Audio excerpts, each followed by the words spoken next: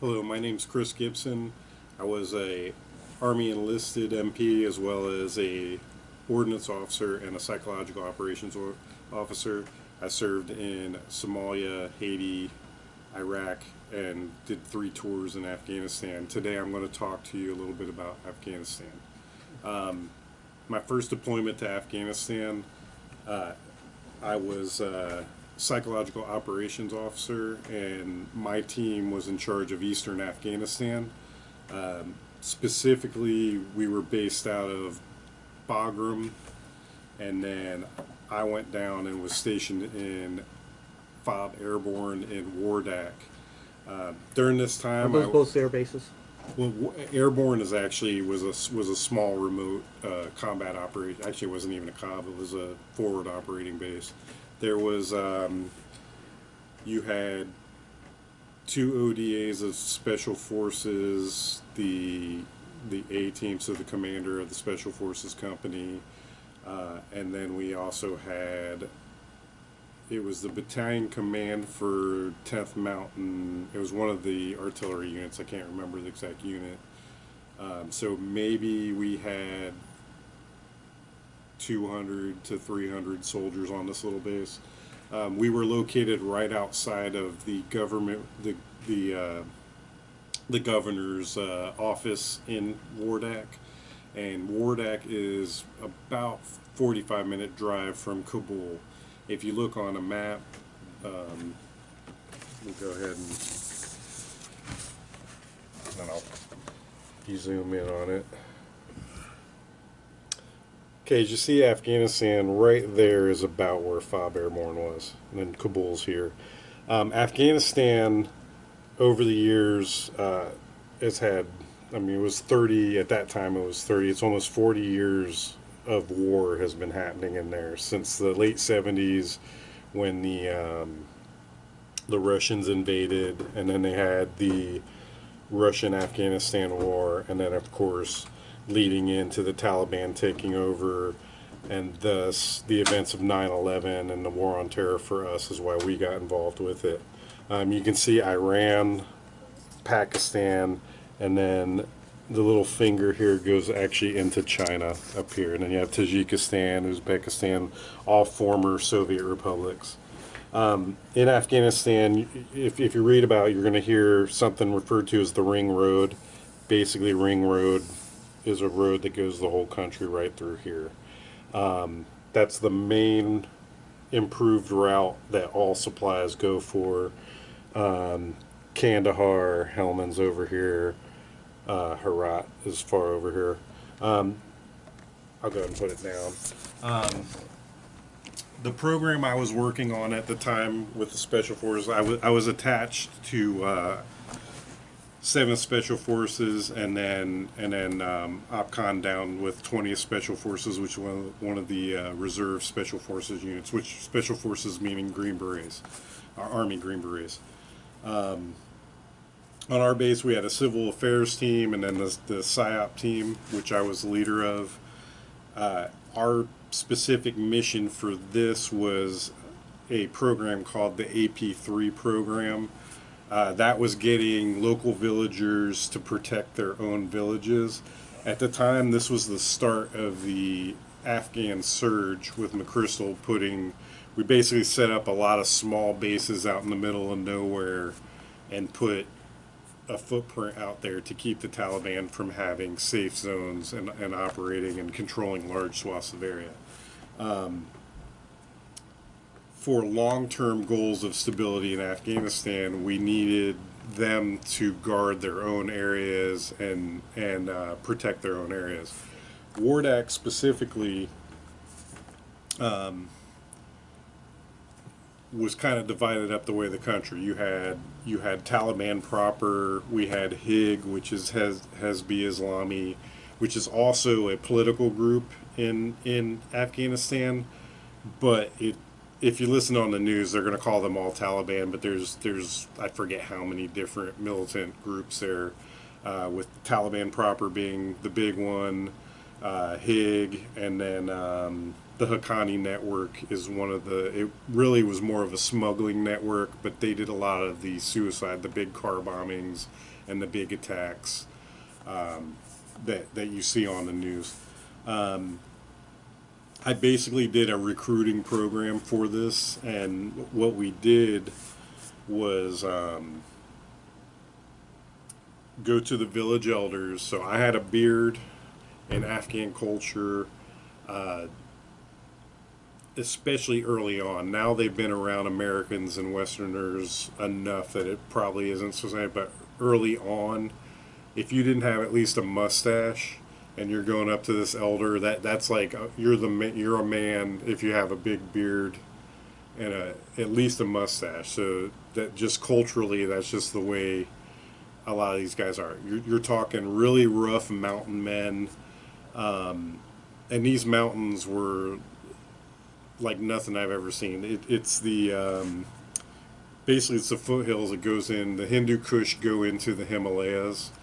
So there were spots that we were driving on these mountain roads where there was a 3,000-foot drop right next to my window of my vehicle as we're driving down, and all you have is about a cinder block on the edge of the rock from going over 3,000 feet.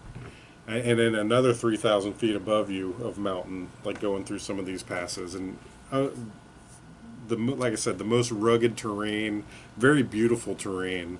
It's not all desert. The southern Afghanistan, you have that flat desert, where Iraq was more, especially the south of Iraq was like a sea of just sand. Like if you look out at the ocean, it was the same thing. I'm just looking at tan. Afghanistan, you had the rugged mountains. Now they were arid, so a lot of it's brown unless you're around the rivers where they're irrigating. In Wardak, we had a lot of apple orchards. In fact, the symbol of Wardak was the apple, and in front of the governor's mansion was an apple. And that was one of the things. So for psychological operations, you're looking for imagery that your target audience understands. So one of the things we had for the AP3 program, when we discovered that apples were associated with Wardak, it was a set of hands holding an apple. Now, most of the people in Wardak, it was a heavy farming community. The average farmer in 2009, I think, made $250 to $300 a year, and that's what they lived off of. And they farmed wheat, apples, potatoes, that type of thing. So it's not. It was. Eastern Afghanistan is kind of the breadbasket of Afghanistan, as well as going in, and they provide a lot of vegetables and fruit to Pakistan also. And when you're looking at the thing, they also control a lot of the water. A lot of the rivers that go into Pakistan, as well as into Iran, start in Afghanistan.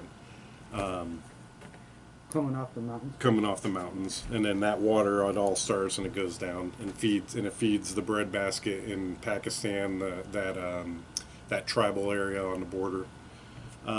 Is it basically, Chris, organized? Is it basically organized by tribes? Is that how it's? So very tribal. You have Pashtuns, Tajiks. The Hazara are now the Hazara are interesting. In the center of Afghanistan, there's a plateau, and there's a lot of Hazara there. It's real hard to get to. In that area, they were already doing a lot of the things like where later on when I did work with the NATO psyops, we were pushing women's education, different things like that, women's rights, and different things like that. They already did that. They had women political leaders. Now the Hazara are interesting because they weren't Genghis Khan's. Like the Hazara I believe means the 1,000, and then the Mongols would set up in groups of 1,000 and go conquer. These are the remnants of one of those groups that ended up in the highlands and that plateau in Afghanistan. They look very Asian. They don't grow a thick beard. So when the Taliban was in control, they would murder these guys because they couldn't grow a beard, enslave them. Were they just as culturally? Were they just as fixated on a male having a beard as a female having a Oh, the covering, yes, and a woman in especially these rural parts of Afghanistan, that even more so than Iraq. Iraq, the women covered their hair, but you would see their faces, except for some of the more conservative Shias would have the full coverage. Afghanistan, it was you've got a little screen to see through, and the a lot of them were a blue. It's not. I don't think that's necessarily the burqa. I can't remember the what they call the cloth, but for unless it's an older woman who's like a grandma, they don't show their face in the conservators. Now in Kabul, they're Progressive. more progressive, so it's more like the other Arab countries like Egypt and all, where you see the woman's face, you really just have the hair covered. And Chris, the psych ops, did that try to exploit that weakness within the culture that undermined females? So on the NATO stuff, definitely on women's rights and all, it was actually one of the things they used as their argument against us was we were going to make their women do immoral things. Okay. And things like that. They would actually use that against us and say, "Oh, the Westerners want to do that to our people." What we wanted to do, and I mean, our real goal was, don't beat your women, don't, because some of them, it all depends on the man. Mm-hmm. I had an interpreter, and he was happy to have a daughter and loved his wife, but you got some of these guys that they look at they have a daughter, hey, I can sell her. And it's the old, almost medieval. It's very comparable to the royalty. Like, hey, I'm going to marry off my daughter so I get this political gain. They still basically they have to give a dowry to the family to be able to marry a daughter in most cases. So some of the men they look at it as I'm making money off this child, not I love my daughter the way so it's very compared to Western society where we marry for love. The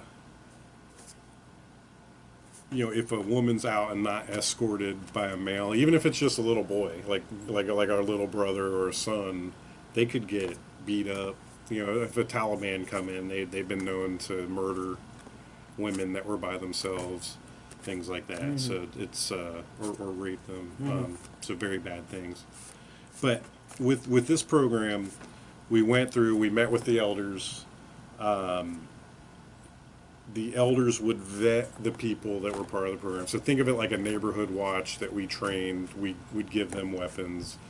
It was also long term meant to kind of be a entryway into the Afghan police. That's how we designed it, so they could get a career and then become actual Afghan National Police. Early on, the problem with Afghan National Police, because it's a very tribal society, I like to compare it to the West Virginia Mountain Men. They're very much, if I don't invite you here, then you're not welcome. Stay away from my stuff. Stay away from my people. And that's how the Afghans are. So the problem with Afghan National Police early on was we were taking somebody from northern Afghanistan and putting them in southern Afghanistan, and then they had no support. So then they would end up maybe robbing people at a checkpoint because they had no food. The government very limited resources on getting supplies out. And in their culture, I can't remember the term for it, but that's how they used to take care of the security. If you were guarding the village, the villagers would give you some food to basically pay you for guarding the area. So that's how these Afghan police were looking at it. They're not looking at it as bribery or stealing. They're looking at, hey, you owe me this because I'm protecting you. Depending on what area is how it's received. Because if you're not my people, I don't want you there anyway, so I'm not accepting it. So to get around that, the village elders pick their leaders, pick the people working for them, and they're vet. Now, the downside of that is if the elders were Taliban and bad, you got a bunch of insurgents as your people. And so that was one of the things we had to go through and figure out. And we also used it as a way of reconciling some of the past militants. So, like I said, they'd been at war for 30 years at this point. One of our sub-governors was Mujahideen and fought the Russians, and I think he's probably in his 50s. But he told us, he's like, yeah, he's like, I fought the Russians and all that, and he was Hig. They had a lot of the Hig guys that were in our area. But we accepted that because it was, as long as they're doing what we want to stabilize, then it's okay. But long term with Afghanistan, I think your youth, like especially in Kabul and some of the bigger cities, they want peace. You have the colleges where there's a lot of these guys that have these drives for peace and different rights. But there's enough of the old warlords around that are thwarting that and kind of doing the business as usual, which business as usual was, if I'm in power, I'm lining my pocket off what's going on. So it's a lot of corruption. Oh yeah, definitely by Western standards, a lot of corruption, and it's, like I said, one of those things, because culturally they don't necessarily look at it as corruption, but by our definition, definitely it would be corruption. Did it go all the way up, Chris? All the way up to the top level? Yeah, and I would say, I mean, because depending who you talk to, was at the time it was Karzai, and they're like, well, I give an example. Karzai's brother was one of the biggest opium smugglers in Kandahar, and initially all the anti-drug stuff that happened just happened to be his competition, and so that's things that were found out later. But and they use us for their gains too. If they're working with us, they're trying to get something. And in that particular case, it's well known that he took coalition forces. It's like he's aiming them. So hey, we wanted them. Hey, get rid of opium farmers. Well, we were doing that. It just happened to be his competition though. So. One of the areas we went in was, God, I'm trying to think the little town. There was one particular incident. They had the incident where the Navy SEALs were shot down, and there was, I think it was Rangers, and there was a helicopter shot down. You have the one where they did the movie. At this particular one, there was a Chinook that was shot down, and that was couple ridges over from where we had this other base. And that base. Chinook is a passenger helicopter? Yeah, it's you can fit, I'm trying to think, 20, you can fit a lot of people in it. It's the dual bladed on the top, and that's our workhorse in the Army. And in Afghanistan, they use that one heavily because it could actually fly higher than the Blackhawks. So there were some of these passes that only a Chinook could get to. None of our other helicopters could actually fly at that altitude. And that was actually the problem too. There was some bad guys. We knew where they were, but they were so high, there was no way to go in by helicopter. Yeah. And if you came up on foot, you were not going to win because of the terrain. So they just basically kept them up there. And would the Chinook be more secure as far as the anti-helicopter weapons? So they do have stuff for like anti-SAMs, the shoulder-fired missiles. I'm not sure, like on this particular one, from what I had read, they said it was actually RPGs, so it wasn't like a heat-seeking missile that hit it. It was, they actually hit the pilot with a rocket and then they crashed. But that particular bad guy was, like I said, about two ridges over from our one base, so they were the set of Taliban that was attacking us, and we were doing, at this point we were doing what we called a med cap, and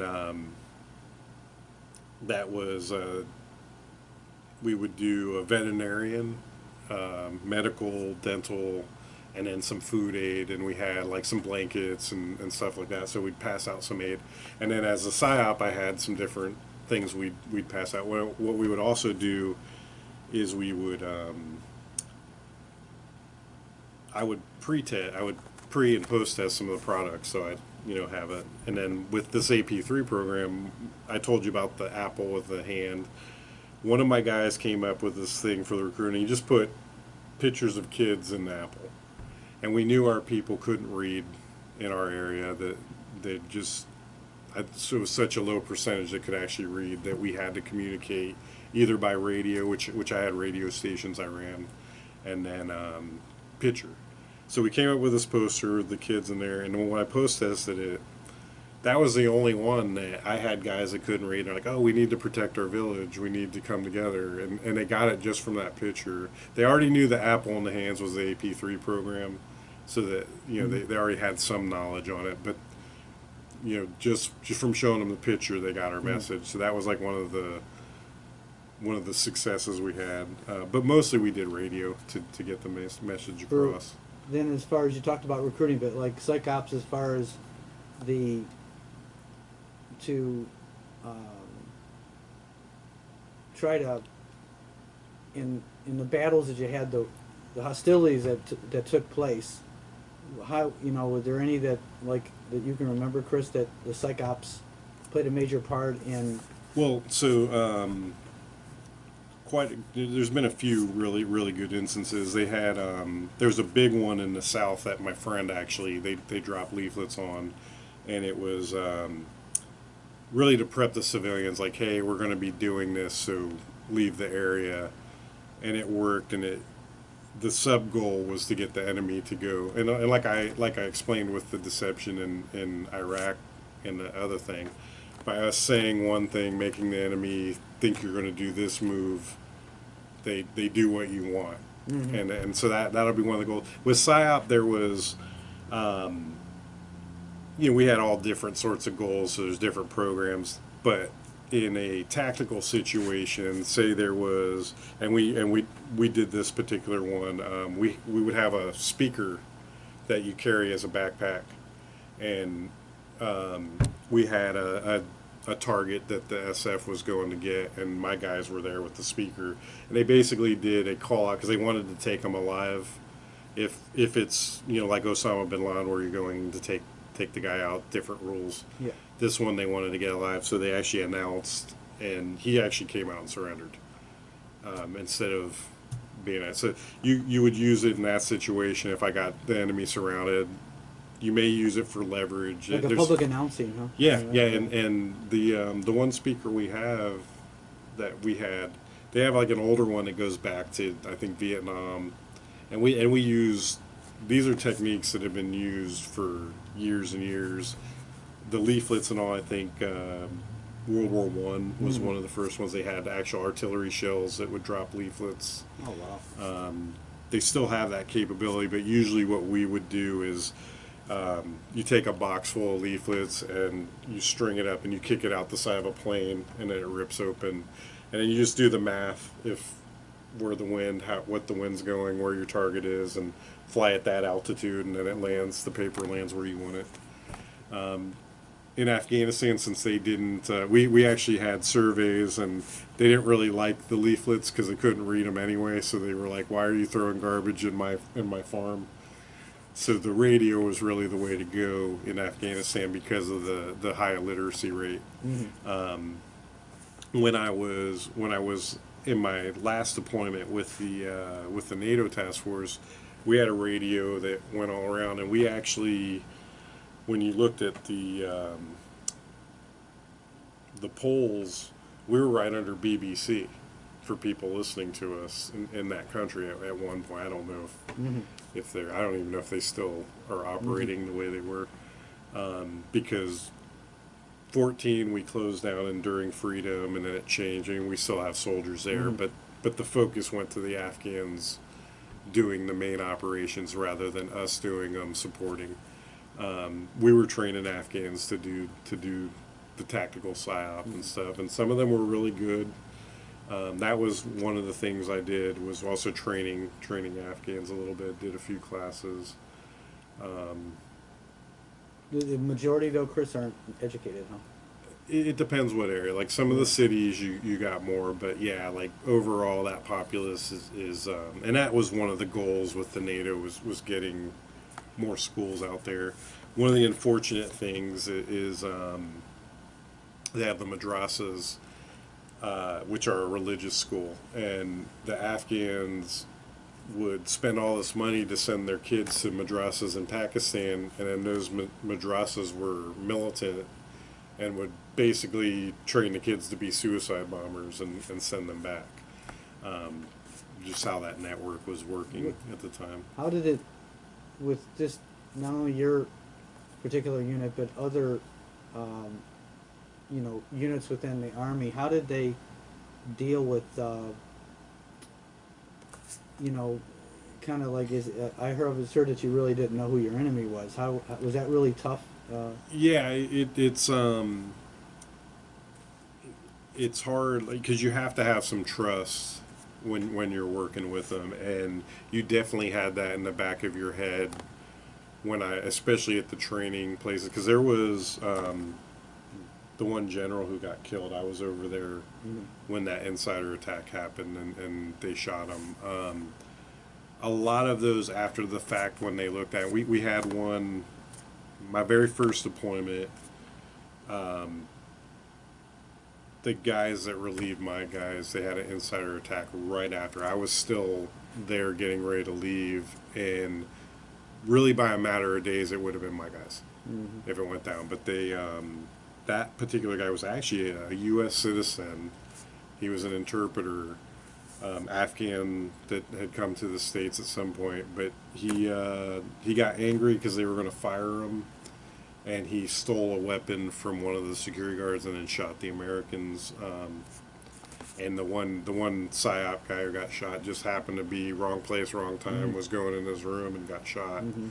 Then he went up to he shot one of the other guys, then went to where the headquarters was. They had heard the firing, and when he came in the door, they shot him. So, but you had other instances where Afghan army or Afghan police, but maybe the Taliban kidnapped their family or said, if you don't do this, we're going to murder your whole family. There's some of that's happened. Some of it was the shooter was upset because he was having a conversation about religion with a U.S. soldier, and then the soldier was either disrespectful in their eyes or whatever, and then that was the excuse. Their culture is very, very rigid. Like, if you kill my father, I'm honor bound to kill someone from your family. So when the U.S. comes in, or if they think it's the U.S., but coalition forces say we accidentally dropped a bomb on a house, then some of the Afghans felt, well, I have to fight them because they killed a member of my family to save face. Revenge killing's big in their culture. Yeah, and it goes back. It just goes back years and years, and I don't know that a lot of them can even explain it themselves. But I had my last one. I had 90. It was 90 Afghans that worked for me. That either with the radio, we had a newspaper, and I actually did the paperwork. Some of them live in America now. But Through your efforts, I wrote the initial letter to get them into the program, and I know of 5 that are in America now, and the one, I mean, he spoke good English, and he found me on Facebook. He's like, thank you, sir. He's like, I'm here because of you. And Chris, so what's the just the comments on you basically were nation building? Were we nation building? Yes. And my question is, how did we do? So I would say we did badly. We had a term in Afghanistan early on, and I think it started coming around 2006. I mean, early on, after 2001, after the Taliban was beat, you could actually, as a soldier, walk around Kabul and not worry about being attacked. Then all the focus became Iraq. And I remember before I went to Afghanistan, all the criticism, oh, they've abandoned Afghanistan and they're focusing here. They kind of did that because all the money got focused on other places, and we kicked it over to our NATO partners to do certain things in Afghanistan, because if you look at the big scheme of things, some of our European partners that were against the Iraq War, they didn't help us in Iraq, but they helped us in Afghanistan. And that was the big political play that was behind the scenes that you may not necessarily know unless you look at it. The certain countries are known for just really not doing anything. Not to say that like all French units or Italian units are bad, because they're not.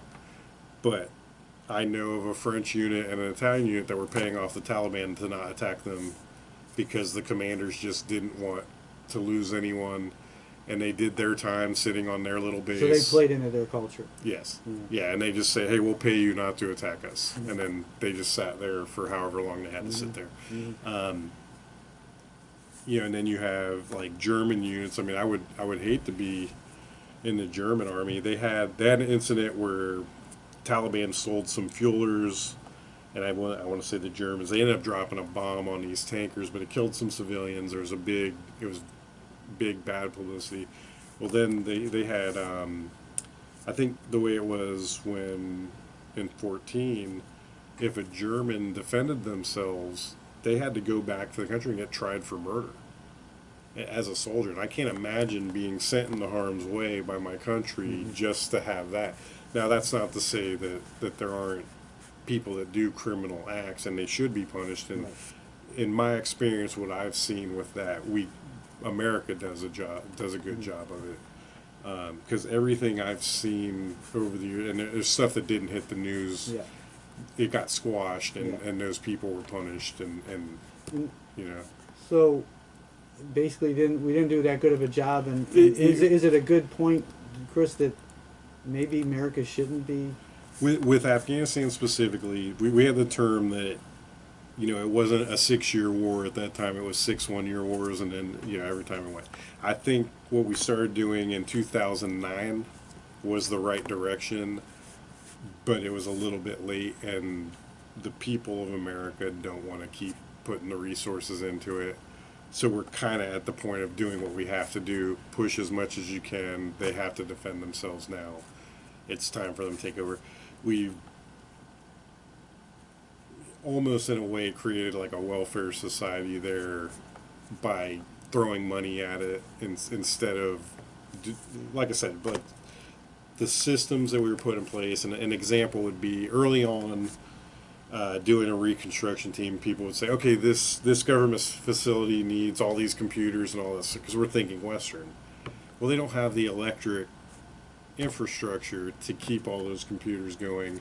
So then you have to bring the fuel in and have generators for that government facility work. Instead of just doing it like they always did, which is counting on paper and everything. And we didn't start really doing that until 2009, because then it was realized, wait, we're dumping money inefficiently in certain areas that it doesn't give them a benefit, because they won't be able to sustain it. So we started doing better in the long term. I just don't know if it was in time to really. I really do feel like we were doing the right thing from 09 to 14, but it also changed. In 09, I was doing messages, the Americans aren't going anywhere, and that was, you know, for our counterpart. And then 14, we're like, hey, you guys got this, and we can't be here forever. So it was almost in that just a few years. Do we still do you know, Chris, if we still fund them? We still do? Yeah, there's NATO. I don't know how much or anything, but yeah, we've got you've got the State Department counterparts, you've got the military counterparts, and yeah, there's some sort of funding going on, and we're going to have to, unless we want it to go back into terrorist hands. They're going to have to do some sort of funding, but it shouldn't be where we're the only soldiers and the only military doing fighting.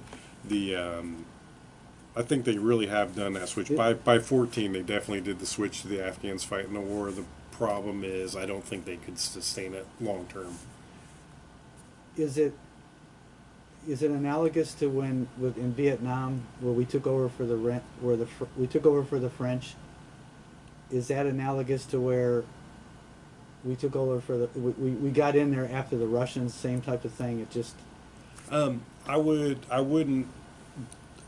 While there's a lot of similarities, especially in the PSYOP world with the village building and village Yeah. stability. I mean, some of those programs I could look at Vietnam era and they're almost identical with what we're trying to achieve. Um, I would say it was more of in the behind scenes, the people funding the while having no knowledge whether it was really Russians or Chinese. I would say our global adversaries were funding the bad guys just by what weapons were fired at me. You know, Chinese, AK-47. yeah, Chinese 120 millimeter rockets fired at us all the time. Things like that. So they were running interference the whole deal. Yeah, I would say I'm pretty sure the Russian. When you look at the Chechens coming in and Mhm. fighting us and learning how, and they also were in Iraq and Mhm. Syria, and those guys could fight because they had practice against the Russians. We had an incident in Wardak. They got up within about 100 meters of the 10th Mountain guys, and there was a sniper that if you were wearing the ACUs, which is kind of that gray camouflage, Mhm. they were only trying. Our PSYOP was working at this time because we were saying they're not good Muslims because they're killing Muslims. So then they turned that to trying to only kill Americans in '09, the insurgents.